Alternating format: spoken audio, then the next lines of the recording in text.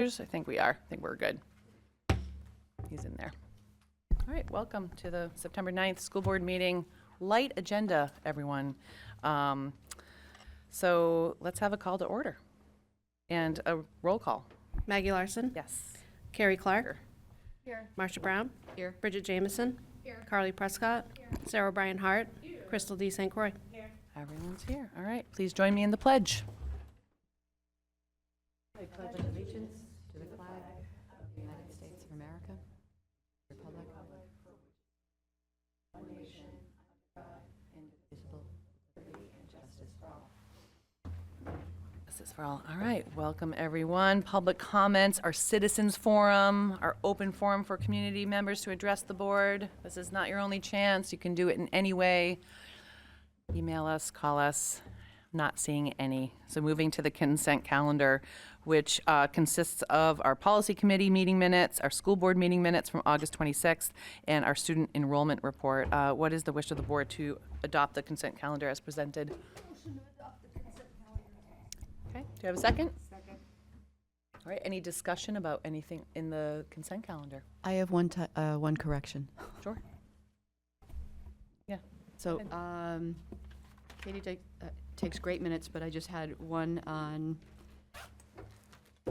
under 9.3 where it states Brown asked about tax breaks from the city. I actually asked about whether they were being taxed on the infrastructure, which is a different concept, but that was the only correction I wanted to make. Okay, tax on the infrastructure. Okay, Thank you, sorry. got it. Okay, That was it. all right, great. All right, all in favor of adopting the consent calendar, say aye. Aye. Aye. Wonderful. Moving to our reports, no student representative report or city council update. Our business administrators update will be at our next meeting in September, so we just have our superintendent's report. Thank you. Consent calendar included the enrollment. I just wanted to point out we were having some glitches in Power School with preschool and kindergarten. We expect those numbers to be relatively close to where they were last year. You can see the high school's up significantly at the moment. Things settle out, so we'll see where we are in a couple of weeks. But the good news is, given that districts are getting hit hard with the EFAs and such, that at least there's a sense that we might be stabilizing. We do currently and last year have homeschoolers that come back to us, sometimes regretting that they were out and behind a grade level. So we'll see where we end up, but it's good to see that we're relatively solid at the moment, and we're going to track the students we're losing better, whether that's through EFAs or private school or homeschooling. Just a handful of things. Just want to give everybody a heads up that the high school administration right now is looking at the New England Dome as a potential graduation site. So we're looking at cost. We're including folks, if school board wants to be a part of that conversation as we move forward. Probably want to firm it up one way or the other. We do have the option of going back to UNH Whittemore Center. The nice thing about the Dome is it's Somersworth, it's closer, and we can do a little bit more with it. Like the Whittemore Center, it's a little cavernous, but it's ours, so that's kind of cool. And we have a graduate running the place, a Somersworth graduate. So just a heads up about that. I'd be happy to fill you in more, but I appreciate all the legwork that the high school administration has been doing. And I reminded them too, because it's easy, a former high school administrator myself, to think of it as a high school graduation. It's really a district graduation and the community's graduation, although the high school bears a significant part of the responsibility for planning it. And maybe that'll help keep us going in that direction. Just a quick heads up that in a conversation with the new city manager, he was proposing the possibility of an idea maybe after the November 4th elections of having current school board members, newly elected school board members, current city councilors and newly elected city councilors, as well as the department heads team and superintendent kind of get together sometime later in November for a meet and greet and session about how the government works, continuing to build good relationships, and how the different department works. So just wanted to alert you to that. It probably makes sense for the mayor and school board chair and others to talk and see what see where we go with that, but it seems like a really good idea. I wanted to ask Katie at the Southeastern Superintendent's meeting about a week ago. I know Katie mentioned this at our last school board meeting. There's a little bit of concern among superintendents around the state that the state, the Department of Education, and or the state government might overreact to what was largely human errors in Claremont. And I just wanted to ask Katie to remind you all, she did it quickly in the last meeting, but precisely what it is we do and that we do it annually. Just take a couple of minutes so folks are reminded of that, and the public as well. So just again, our audits are completed annually in conjunction with the city audit. Plodzik and Sanderson is our auditing firm. They are scheduled for the FY25 audit, which just ended in June, the week of October 20th to the 24th. So they send a team here to the city as well as over to our office as well. We generate all the reports from the financial software. They're uploaded to Dropbox for the auditors. They reconcile, they pull a sample of all of our invoices, our payroll, our timesheets, our contracts, making sure they all match up. Obviously, they can't pull every single item, but they pull a sample and then have follow-ups. They look at all the manifests to make sure our signatures are there. They reconcile the trial balances to make sure they are reconciled to the city's books as well as the DOE 25 that I complete, that the board signs and submitted to the DOE. They visit with staff members at the SAU, so they randomly select people. They fill out a fraud questionnaire. They're asked questions regarding financial transactions. If they're asked to ever do anything that's fraudulent, they meet with John, they meet with myself and Cheryl. They look at our internal controls throughout to make sure there's separation of duties between me, Cheryl, everybody, that there's, checks and balances in place. They also pull all of my financial information, so my payroll records, comparing it to my contract, to Cheryl's as well, because anybody who does financial transactions, they want to make sure that we're paid exactly what's on our contract, that there's no, funds that are being mismanaged and things like that. So that's just some examples of what they do. They usually they're booked for the week, they usually spend maybe 3 to 4 days.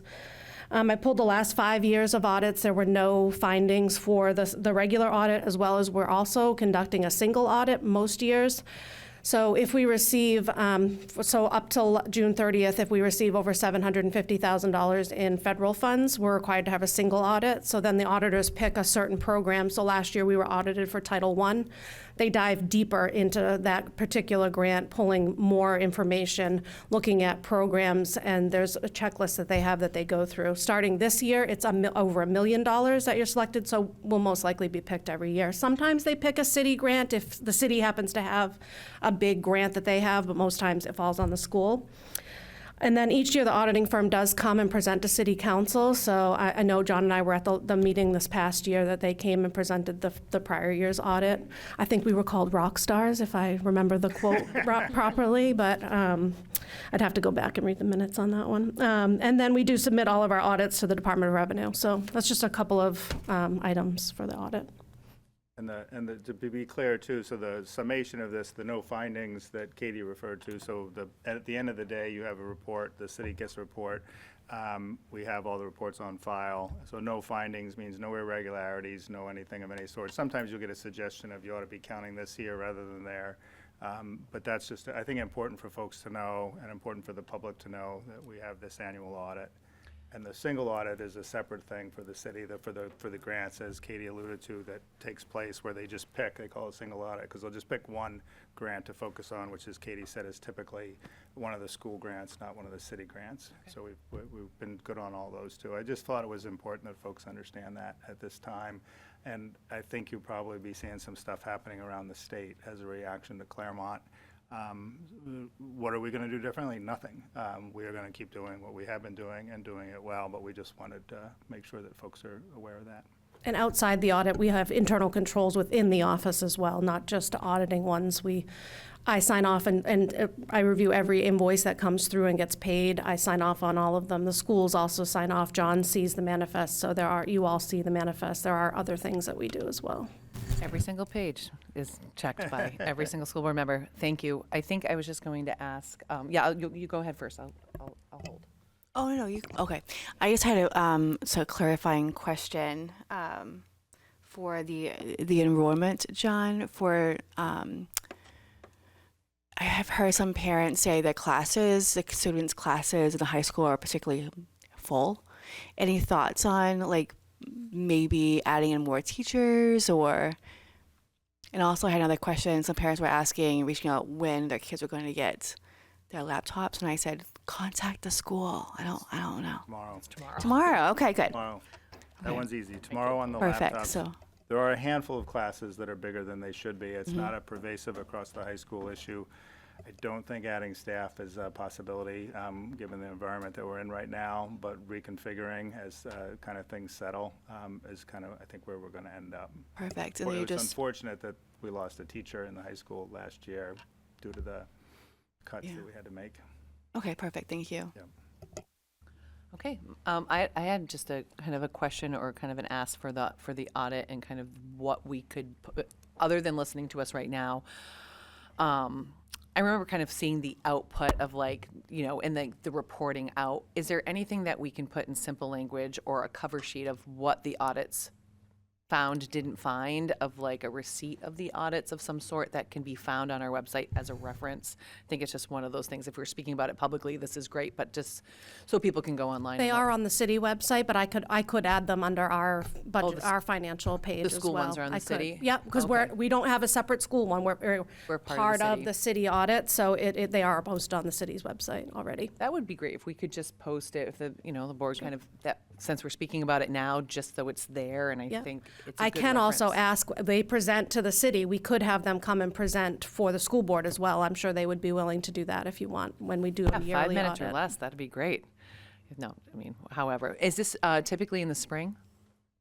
I believe it was in the spring, yeah. So they come in October, but then it takes a while for the report to be finalized, so I think it is in the spring. I think if they start, that would be great as well. All right, anything, yep. I just wanted to add that I think in Somersworth we are extremely lucky to have a business administrator who has been with the school district for so long. And I just wanted to say that I'm appreciative that we have you on the team to make sure that our books are solid all the time. And we'll get that posted on the school website. That's easy to do. Just a couple more things.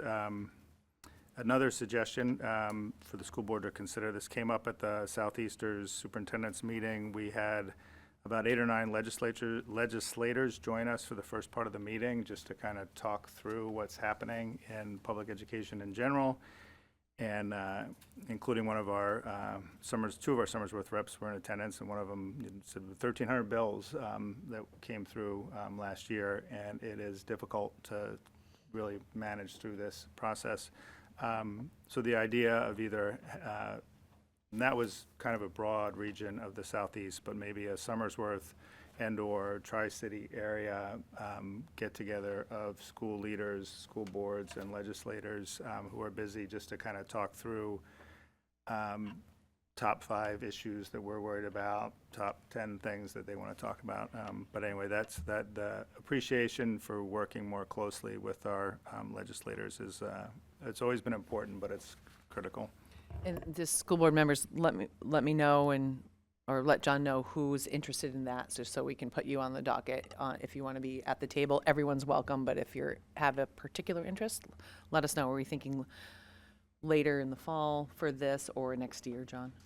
Probably early next year. Okay. Yep. Last thing, just want to make sure everybody's aware that the U.S. District Court judge last week did issue a temporary restraining order ahead of the September 5th certification deadline on the anti-diversity, anti-equity, anti-inclusion elements of House Bill 2. Unfortunately, not because of where the judge felt this landed, but because of previous court cases limiting the effects of an injunction or a temporary restraining order. The temporary restraining order she established only applied to the 4 districts that were in the suit and NEA districts, since the NEA was part of the suit. So non-NEA districts were not formally included. Things are a bit of a mess. The temporary restraining order is only until September 18th. So we're anticipating further ruling from the judge on an injunction that lasts longer and/or complete unconstitutionality of these elements of House Bill 2. We'll have a September 30th deadline if we don't have an injunction granted or this overturned before September 18th. And by way of reminder, it was asking us to certify that we have no contracts with any organizations, whether that's a bus company or educational consultants, that have diversity, equity, inclusion practices in place, or that we expect to have diversity, equity, inclusion practices in place. It asks us to certify that we will never have any such contracts, the legality of which seems puzzling to me. And then it asks us to certify that there are no diversity, equity, or inclusion activities, curricular, extracurricular of any sort happening in this district. And if there are, we're at risk of losing all public funding, was the language. The assumption is that is all state funding, which is over $11 million, and might include federal funding as well. It was, so we'll see, and we'll keep you posted. I do know, just so folks are aware, both whoever might be watching at home or here this evening, I know there are districts in this state that either embraced the anti-DEI initiatives and have removed clubs and are redoing curriculum and taking all kinds of other measures now and went ahead and certified. A small number of districts did certify and did not wait for the court case. I think there were about 30 of close to 200 districts in the state. And there's also a lot of school districts that support these programs that, for fear, are also beginning to strip away at curricular initiatives and club initiatives and changing the names of things out of concern. So I feel very fortunate that we in Somersworth, joined with Oyster River and Dover, have stood our ground on this, and we are doing what we believe is in the best interest of kids, not out of line with the Civil Rights Act of 1964, nor out of line with RRCA's protected discriminated students, or federal law that requires that we offer special programming for special education students. That's all I got. Okay. All right, thank you. All right, moving to agenda item number 5, our committee updates. I believe we only have a committee update from negotiations and personnel from Board Member Jameson. I encourage committee chairs to start to plan and schedule their committee dates through the end of the year. So, yeah, take it away. Thank you. So we are beginning the negotiation process with both the Somersworth Association of Educators and SESPA, which is the Somersworth ESP Association. So they're in progress. They're in progress. Okay. Great. We have no presentations, no policy adoptions, no unfinished business or new business, unless there's something chopping. Nope. We have our upcoming meetings, policies meeting on the 15th, our next school board meeting, which will probably be a bit well-rounded, and is on the 23rd. Another policy committee meeting on the 29th, and then school board meetings on the 7th of October and 28th of October. I believe we only have one in November and one in December. So agenda item 11, any public comments this evening? Don't believe there's any. Any comments by board members at 6:19? Yes. You guys are all sick of hearing from me. So just want to remind the public about the voting or putting your name in the hat for school board. Starts tomorrow, September 10th, and goes until the 25th. Go down to City Hall. You can give her $5 and get on the ballot. We look forward to having many people come join the board and many hats. That's it. Thanks. Anyone else? Anything? Quick. All right. All right. Well, thank you all. I'll be quiet. I actually no, I won't. Just really quick. This is my other hat. I usually don't always speak to it, but tomorrow morning at 8 o'clock, 8:30. There's going to be a Regional Mental Health Alliance kickoff at the New England Sports Hub, the Dome in Somersworth, Rochester Mental Health Alliance, Dover Mental Health Alliance, and Somersworth Mental Health Alliance. Everyone is welcome. It's the first kind of inaugural mental health alliance like this, and the Dome is opening their doors to everyone. A lot of resources, a lot of folks will be there, expecting upwards of about 100 people, and we have a a speaker that is with lived experience that is a medical professional. So that should be great. Please come. There'll be breakfast at 8:30 tomorrow. You can stay for any amount of time. That is all. And with that, we do have a non-public session per 91A32AB. And since it's not, and we'll be discussing personnel and negotiations, just for the record, that's what it is.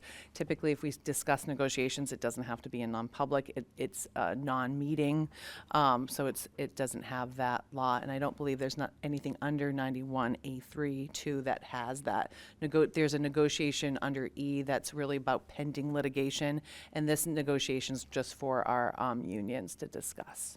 So, covering the bases there. So do I have a motion to go into non-public session per 91A32B for personnel? Motion to go into non-public for 92A3B personnel. Yep, 91A32 personnel. Perfect. Second? Anybody? Second. Oh, second. Okay. Prescott. Any discussion about this? No. All in favor say aye. Aye. Thank you. Thank you all for coming. Thank you.